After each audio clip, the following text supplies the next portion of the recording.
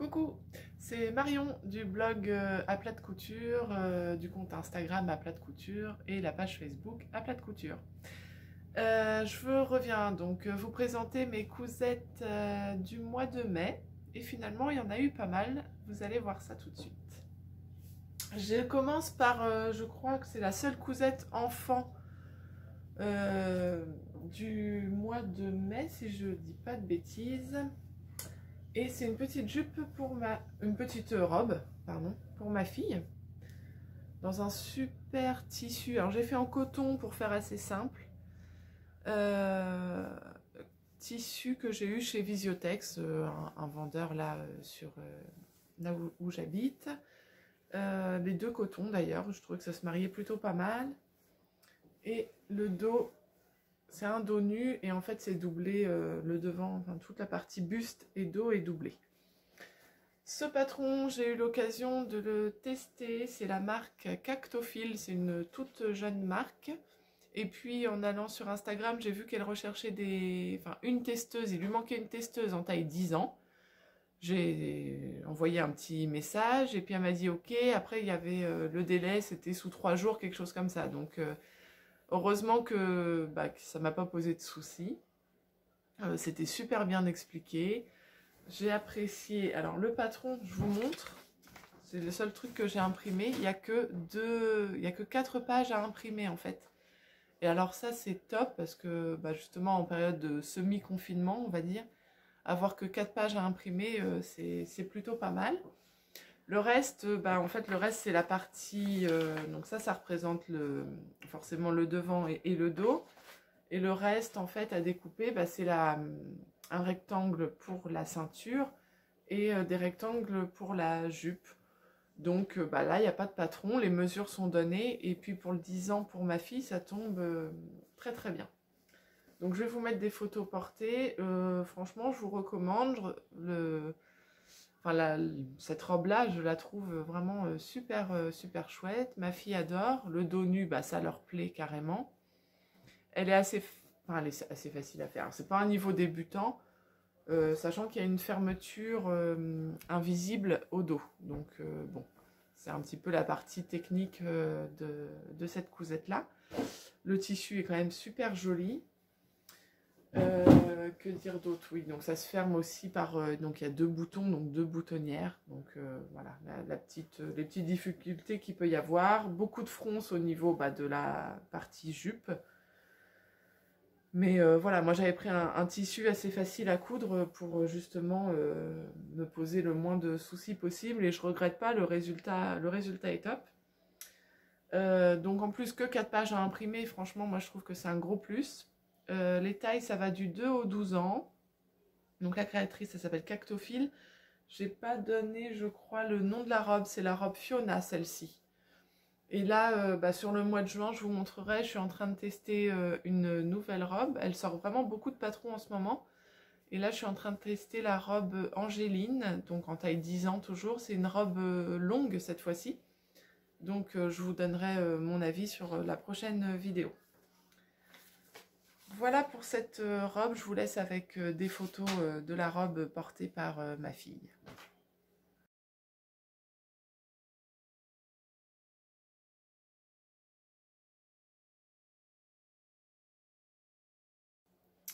On continue avec une deuxième cousette du mois de mai. C'est ça, c'est un top que je me suis cousu. Un top, une blouse, je sais pas. J'avais acheté ce tissu-là, je dirais courant avril, chez toujours le même Visiotex. Et en fait, j'avais vraiment craqué sur le tissu. C'est un tissu qui était assez cher, 21 € le mètre, et c'est vraiment très rare que j'achète des tissus à ce prix-là. Et après, une fois que je l'ai acheté, je me dis, bon, c'est bien, mais qu'est-ce que tu vas faire avec? C'est pas évident, il a des trous, il a des sequins. Voilà, il fallait que je trouve un patron adapté, que je galère pas trop pour le coudre. Je n'avais pas du tout envie de gâcher mes plus de 21 € parce que j'avais pris je sais plus, 1,50 m, je crois, 1,40 m, 1,50 m. Donc voilà, grosse réflexion. Donc j'ai mis un petit peu de temps à enfin, à réfléchir au projet et à le coudre. En fait, je suis partie sur un modèle La Maison Victor. Donc c'est celui-ci qu'on voit là sur la couverture. Et ça fait partie de l'édition mai-juin 2017. En fait, je me suis dit que comme le tissu était assez chargé, il fallait un modèle simple, voilà, qui laisse le tissu enfin, sans boutonnière, etc. Je ne sais pas comment j'aurais fait avec des boutonnières d'ailleurs. Je vous montre, alors ça s'appelle le top Lizzy, voilà. Et puis c'est vrai que c'est un top qui m'avait déjà fait de l'œil, je n'avais pas encore fait, mais j'aime bien le fait qu'il soit bien long, qu'il couvre les fesses, etc. Les petits nœuds aux manches. Je vous montre le dessin technique. Voilà. Normalement, je crois, alors si je me souviens bien, oui, le dos est prévu en 2 fois avec une ceinture en haut. Mais en fait, le décolleté est quand même assez... il y a de quoi passer la tête. Donc, j'ai coupé le dos pardon, en une seule fois, donc une fois au pli. Après, c'est la seule modification.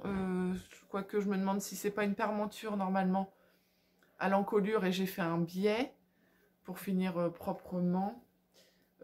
Sinon là, bon, non, là j'ai bien fait les nœuds, j'ai fait une petite patte. Et puis l'ourlet, j'ai fait un ourlet classique. Donc voilà, je suis contente parce que le résultat est pas mal. Je vais vous montrer des photos avec un petit top débardeur à fine bretelle là, blanc dessous, c'est nickel. J'ai pas encore essayé, à vrai dire, à le mettre juste avec un soutien-gorge blanc dessous. Je pense que ça peut passer parce que bon, le tissu ne dévoile pas grand-chose finalement. Donc voilà, je vous laisse avec des photos portées.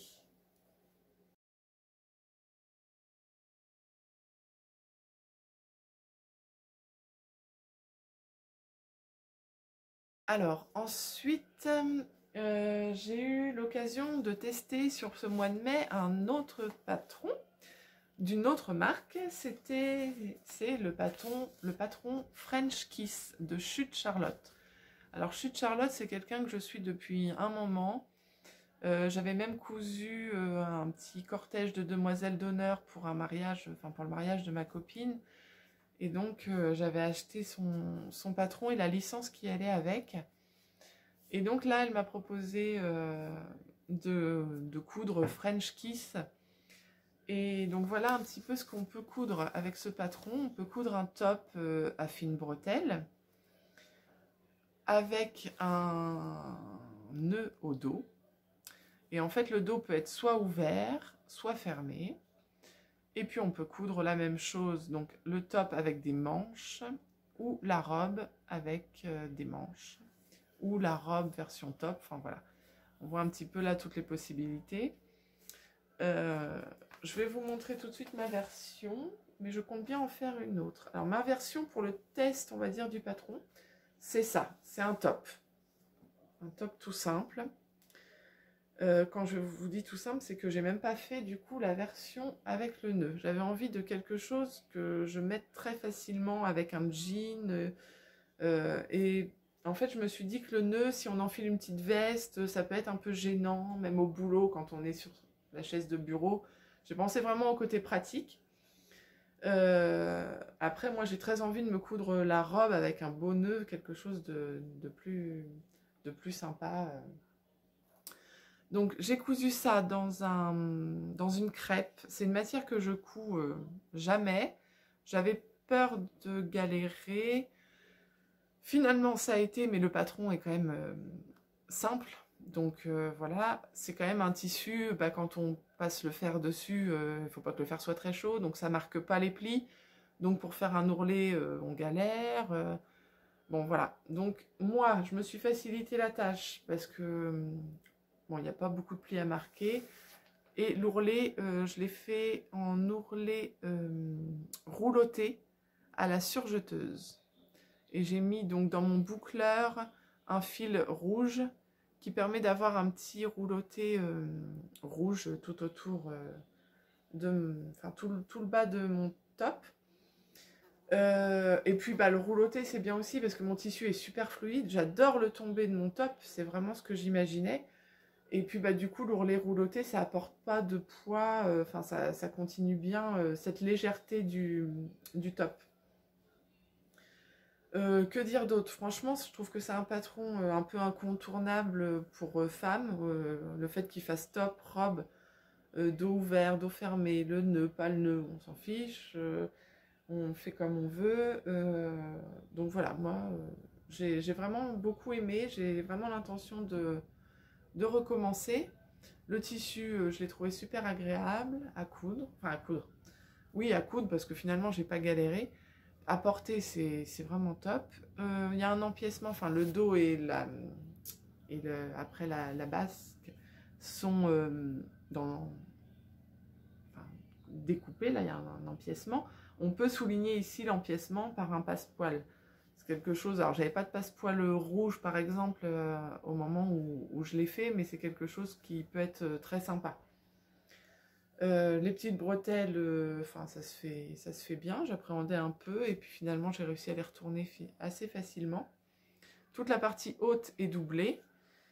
Bon ben voilà quoi, que dire d'autre, j'ai hâte de faire une prochaine version. Je vous montre des photos portées tout de suite.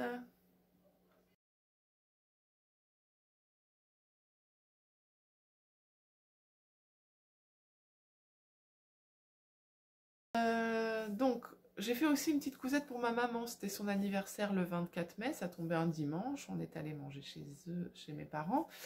Et en fait, je lui ai fait une petite cousette un petit peu au dernier moment, mais j'avais trouvé un tissu. Donc là, c'était chez Eurocouture. Un tissu que j'ai trouvé sympa. Et je lui ai cousu la jupe Justine de Ready to Sew. Et donc, bah voilà, je vous en parle. Enfin, je vais avoir une photo, mais qui ne représente pas super bien ni la couleur du vêtement, rien du tout. Après, je vous en parle parce que c'est un patron gratuit. Je trouve que c'est un intemporel.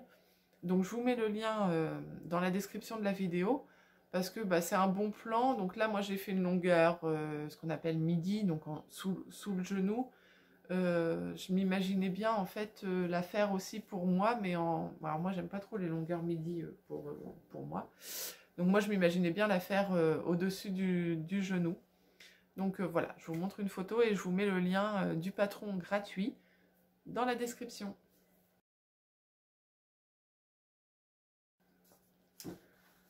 Alors, ensuite, je vous ai dit le mois dernier que j'avais beaucoup, enfin que j'avais acheté donc le dernier La Maison Victor, donc mai-juin 2020, et que j'avais aimé beaucoup de patrons dedans. Je m'étais donc d'ailleurs fait, je m'étais déjà fait le top Suzette que on peut voir dans la dernière vidéo. Et ben j'ai continué, alors je vais vous montrer, peut-être ça va être plus facile. Ça c'est les dessins techniques de ce que contient le livre. Enfin, le magazine. Et moi là j'ai commencé par, enfin j'ai continué avec le short Xavier pour monsieur. Donc je vous le montre. Je l'ai coupé en M, je crois. Je sais plus si c'est bien comme ça. Taille M. Donc là, bon voilà, on voit pas grand chose. Alors c'est une maille polo. C'est une maille polo. À la base, je me suis acheté la maille polo en pensant me faire la robe Adèle. Et puis finalement, j'ai eu envie de lui faire le short. Je coupe pas souvent pour mon mari, donc voilà. Alors là, il me reste à passer, il l'a déjà porté, mais c'est un peu grand au niveau de la taille, malgré les élastiques. J'ai fait 2 boutonnières ici, enfin elles sont dans le patron, il me reste à passer le cordon. En fait, j'avais pas encore le cordon, mais là, ça y est, il est acheté. Donc il me reste à passer le cordon et ça va lui resserrer un petit peu la taille. Il est quand même assez large, j'aurais franchement pu faire une taille en dessous. Sinon, bah, pas de difficulté particulière.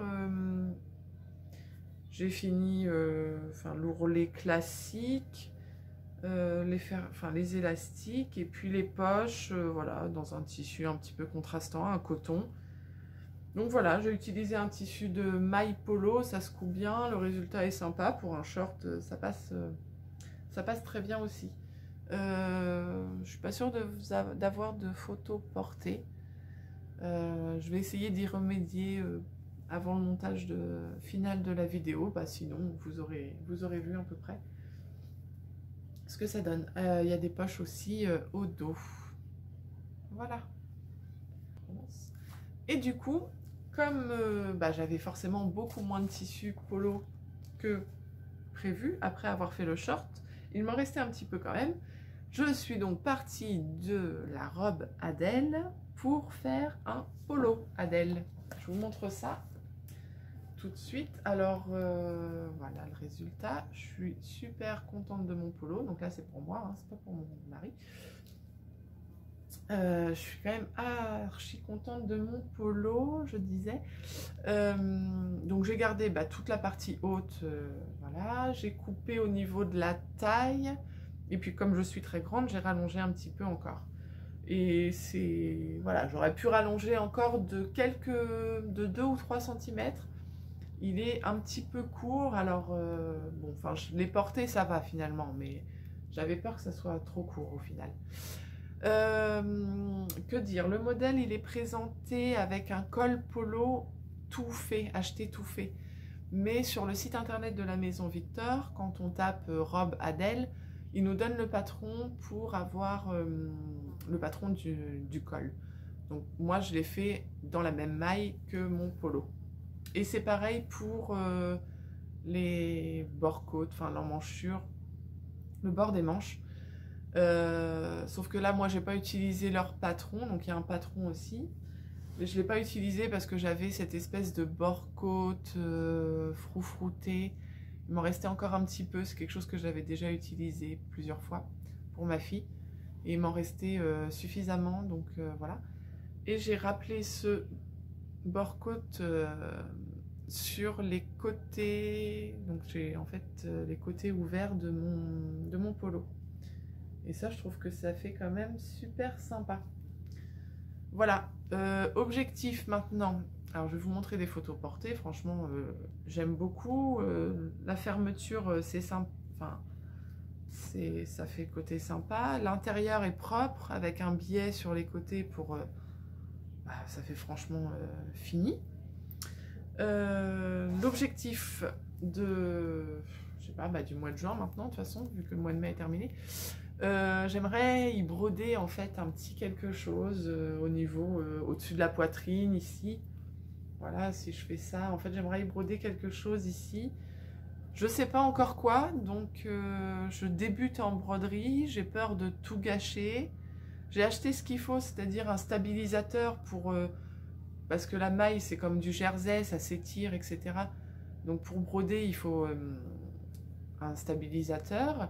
Ça je l'ai. C'est quelque chose après d'hydrosoluble, donc une fois qu'on plonge son polo dans l'eau, bah, on enlève et puis il reste que la broderie. Je ne sais pas quoi broder, je suis débutante donc il me faut quelque chose de simple. J'ai peur de gâcher tout parce que bah, mon polo je l'aime, donc j'aimerais juste l'améliorer et pas le détériorer. Donc voilà, c'est grosse réflexion. J'espère que la prochaine vidéo, je pourrai vous montrer un polo avec une petite broderie terminée dessus. Ça me ferait plaisir.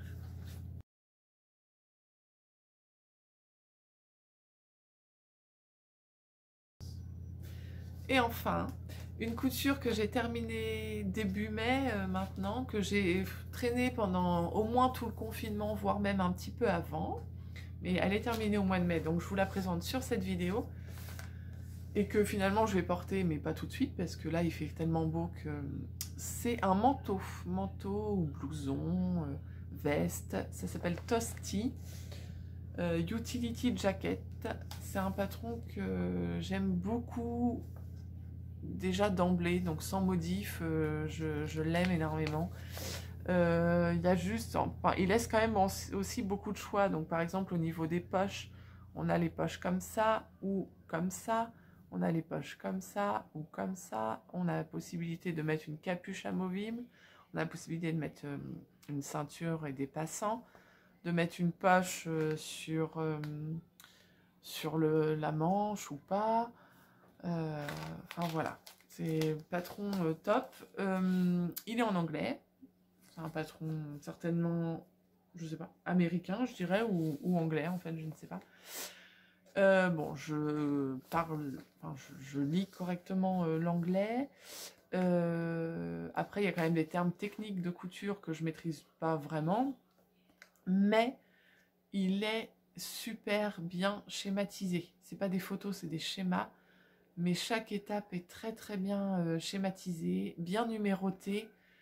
Bah, franchement, l'anglais ne m'a pas posé de soucis sur le patron. Sur la réalisation, ça aurait été en français, finalement, ça aurait été la même chose.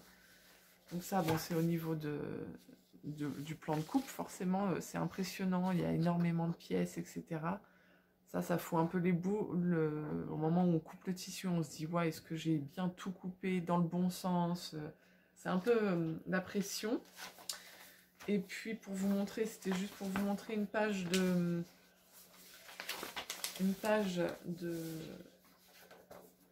d'explication. Donc on commence par exemple avec les poches, et puis bah, on voit, donc si on fait la poche A, et chaque étape est vraiment très très bien marquée, numérotée, schématisée. Il n'y a pas une étape où il n'y a pas un schéma. J'ai pas remarqué d'erreur, en tout cas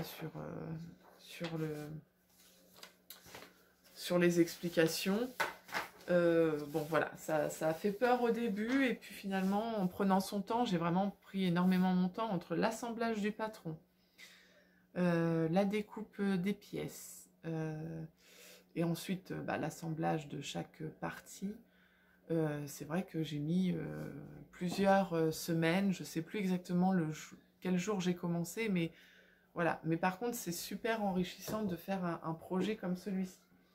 Alors, je vous le montre. Alors, je crois que j'ai pas encore pris de photos portées. Je dois avoir des photos un peu finies, mais sur mon mannequin, on va dire, de couture. Mais j'ai pas de photos portées. Alors, ce que j'aime par-dessus tout, c'est la doublure. Ça en fait un manteau unique, c'est clair. C'est un tissu que j'avais acheté dans... Pas du tout... Enfin, à la base, je voulais m'en faire un short ou un petit top, je ne sais plus. Et puis, bah, je l'avais depuis l'année dernière, et puis c'est passé. Et puis finalement, quand j'ai eu l'idée du manteau, je me suis dit, ouais, bah oui, je le veux noir, mon manteau. L'intérieur, ça pourrait être ça. Je savais que j'avais un bon métrage. Et puis, bah, en effet, oui, ça le fait. Enfin, moi, j'adore. Donc, voilà l'intérieur du manteau. Ici, je suis super fière de vous montrer une belle poche passe-poilée. Donc ça, c'est à l'intérieur du manteau. On a une belle poche passe-poilée. Hein. J'ai bien réussi, donc je suis contente. Voilà. De l'autre côté, non, il n'y a pas de poche de l'autre côté. Donc ça, c'est l'intérieur. Ensuite, le devant. J'ai fait une poche donc sur la poitrine. J'ai essayé j'avais dans mon stock, parce que forcément, en plus, c'était pendant le confinement. J'avais dans mon stock des fermetures roses, donc ça donne du peps au manteau. Et puis, bah, ça rappelle la doublure. Donc, j'ai fait une poche ici. J'ai fait la poche sur la manche. Alors là, par contre, la fermeture est noire. J'ai fait avec ce que j'avais. Mais pas de regret. Il y a une autre poche donc sur l'autre côté de la poitrine. Et les poches en bas du manteau. Là, vous les voyez. Voilà, avec des fermetures roses aussi que j'avais en stock.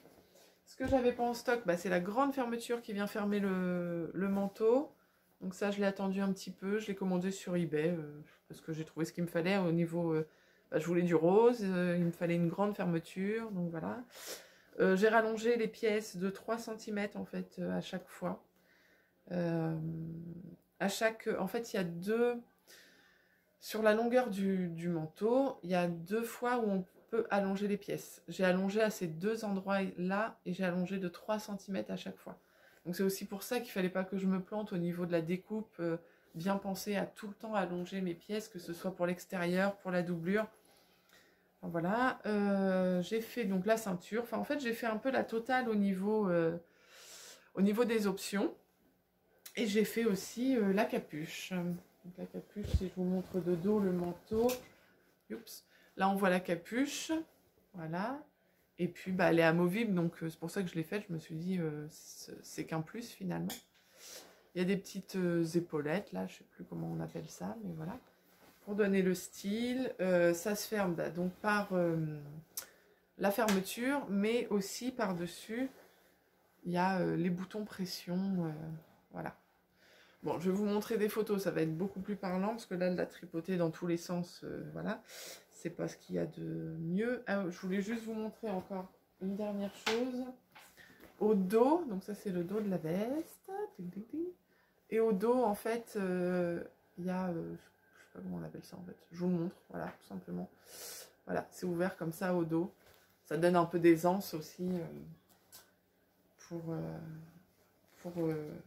une fois que c'est enfilé, quoi, pour pouvoir bouger avec le manteau. Je vous montre des photos et puis ce que je voulais vous dire, oui, le tissu extérieur, je ne l'avais pas non plus. Il vient de chez Tissu de Rêve et j'en suis super contente, c'est exactement le tissu que je voulais, un peu épais, facile à coudre, il marque pas, le fer laisse pas de, vous savez, de brillant sur le tissu, non franchement, je suis quand même, enfin, c'est un projet que je me serais jamais imaginé pouvoir coudre un jour, et en prenant son temps, en y allant petit à petit, je suis super fière de mon manteau. Bon, maintenant il fait beau depuis que j'ai terminé, donc en fait j'ai dû le porter qu'une fois, mais bon, c'est pas grave, je le porterai à l'automne, après l'été, ça me va moi, s'il fait beau jusque tout l'été, il n'y a pas de problème.